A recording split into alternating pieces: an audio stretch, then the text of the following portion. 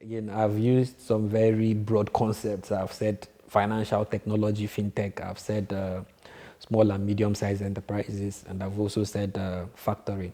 I know some people will be curious as to, okay, what do those things mean? Yeah, so to break it down a bit, fintech or financial technology is actually in its, will I say, to break it down in its most simplest form, is the use of technology to provide financial services. That's essentially what fintech is. So again, imagine as opposed to you walking to the bank, you can to maybe make a payment to somebody, you can actually use your mobile phone to make that payment. So let's take the mobile phone as the technology. So essentially, that is what fintech is, when you apply technology for the provision of financial services. These financial services can be payments, they can be receiving money, sending money, then even raising capital, yes. So because again, my article focuses on how you can use fintech solutions to raise capital. So in terms of SMEs, across different countries, both within the continent here in Africa and also, let's say, globally, and there's no uniform definition of SMEs actually. So, but most times you define SMEs in terms of the number of employees that are employed by a particular organization, maybe the assets that that particular organization has, and all of that. So there are different, will I say, factors that are used to define SMEs. But broadly, let's just say that SMEs are often defined to mean businesses, right, that have fewer than 250 employees. But the definition can differ among different countries. But I think another easy way to look at SMEs are not large companies. So like your multinationals are very big companies. They are small companies, both in terms of the services they render, in terms of the employees that they have, in terms of the assets that they have, and all of that. And SMEs actually accounts for the larger chunk of businesses in the continent. And then lastly, factoring. So factoring is a form of financing instrument, right, that is employed by making use of receivables. So receivables are like money that is due to a business from a customer. So for example, Mr. A sells goods to Mr. B on credit, right? So on credit meaning you're not expected to pay me immediately, maybe after a period of 30 days or 120 days. So it means I have to wait for that period to lapse before you can then pay me, or I'll be expecting you to pay me.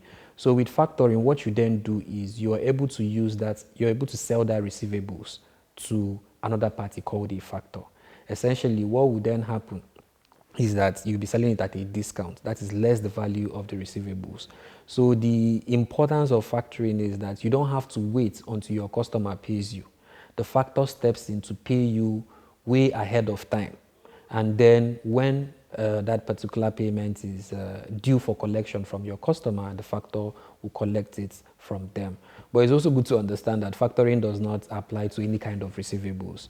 Mostly it is used for maybe wholesale kind of arrangement. So maybe you're selling raw materials to another business, or you're selling in bulk.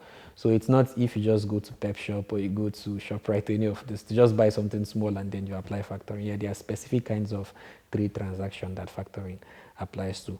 And so I think, how do we connect all these three things that I've said together? The idea being that SMEs often, to be competitive, because you know there are many people in the market, you're not the only one delivering the service. There are other people that are competitors.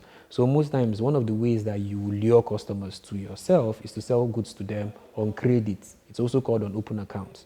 What then happens is when you sell to them on credit, yes, you increase your sales and all of that, but at the same time, you need money to be able to finance your operations. So we're then saying, how can we use factoring? How can SMEs now use factoring to be able to finance their operations? But for this to happen, you need quite a number of tools that will promote it. So you need to have a factoring law so that anybody that is participating in factoring knows exactly what the legal requirements are. You need tax incentives because, again, factoring transactions can be expensive. And if you then have to pay taxes, if the SMEs have to incur taxes on those transactions, it makes it even worse. So you then have to have tax incentives and all of that. And then what my article is propagating is, in addition to having laws in place, having tax incentives in place, and maybe also having good regulatory frameworks in place, in addition, let us use financial technology. So how can we adopt fintech to promote factoring? And I advance using invoice trading platforms. So it's going to be like a platform that has all these parties together. So you have the SME participating, you have it to aggregate, so to say, it will aggregate the SME, it will aggregate the buyer, the customer, it will also aggregate the factor. So they are all in one place and then they transact faster, seamlessly, and at large scale. So essentially, that's what factoring is, fintech is, SMBs, and how everything is linked to my article.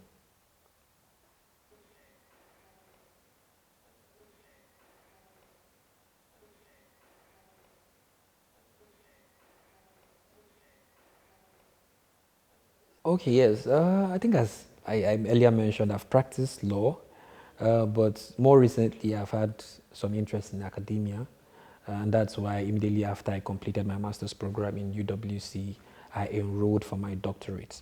So again, as will I say, I don't know whether it's surprising, but again, my doctorate is on financial technology.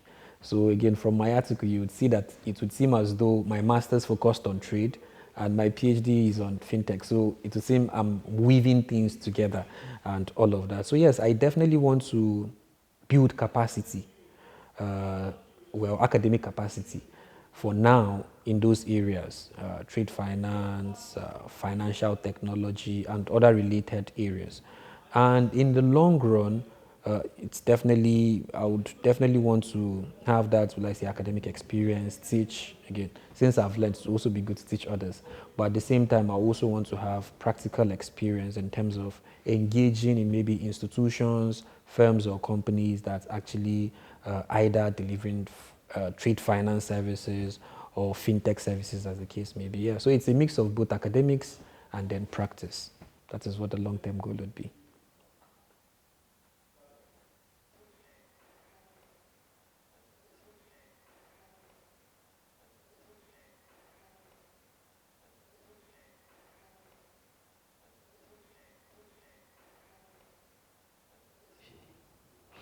Okay, again, so I would say finding a niche is something very tasking. It's very difficult for some people. Well, for some people, yes, I would say it's tasking and difficult for some people. For some other people, I think it comes very easy to them. For myself, it's been a very, how will I put it? It's not been a very straight journey to start with. Again, I had interest in different things. More or less, call me the jack of all trades. I actually wanted to do everything. I wanted a bit of this, a bit of this, a bit of that. And I think it's good for you to actually have interest in everything. But there should be something that when people speak of that thing, they can say, yes, this person is good at this or this person is good at that. And will I say, just to mention, while I was doing my Master of Laws program in UWC, I actually got the award for the best student in trade finance module. Yeah, so I would say the scholarship, the TFG scholarship is my second and not really my first award in the field of trade finance or in the field of trade. So yes, so I think those kind of achievements will tell you that maybe this is an area that you should pursue. I think the best way for a if I'm to give an advice to my younger self, I would say that the best way to find your niche is to look to something that comes very easily to you. And I think trade and trade finance or financial technology generally, these are things that come very easily to me. And those are then the things that I'm trying to pursue. So immediately I saw that I had interest in finance. When looking out for a Masters of Law program, I was looking for something that would afford me the opportunity to learn further on it and all of that.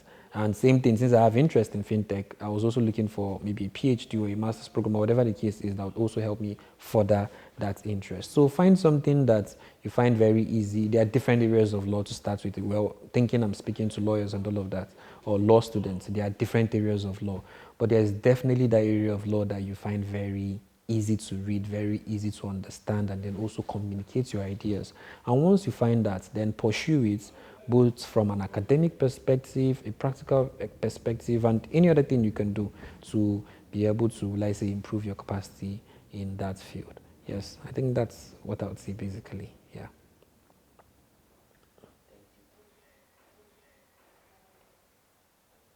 Okay, so I think for my last words, I would say I have to achieve something. It takes a village, and that is exactly what I would say with the TFG scholarship. It took a village. In my own case, the village would be my undergraduates, LLB University, where I did my undergraduate, Nnamdi Ezekwe University. He also took the Master of Laws program in International Trade Business and Investment Law of at the University of the Western Cape here in South Africa. Then, will I say, at the third level, my doctorate program under the supervision of Professor Vivian Lawak. And yes, I think I forgot to mention as well, it was Professor Ricky that gave me a chance with the master's program at UWC. And it's been an exciting learning experience from them. So yes, it takes a village, and I want to thank my village, my academic village, so to say. I want to thank my university, my undergraduate university, and my postgraduate university, and all. I think it is that desire of, will I say, institutions of learning to see that when they teach you, understand, and you're able to engage with the society and make them proud by maybe winning this or winning that and all of that. So yes, I thank the village that gave me the opportunity to be able to achieve what I'm achieving now. My name is Albert Chris Buja. I have recently completed my Master of Law in International Trade, Business and Investment Law at the University of the Western Cape. I am currently enrolled for my Doctor of Laws at the University of Western Cape. I am UWC. Go UWs!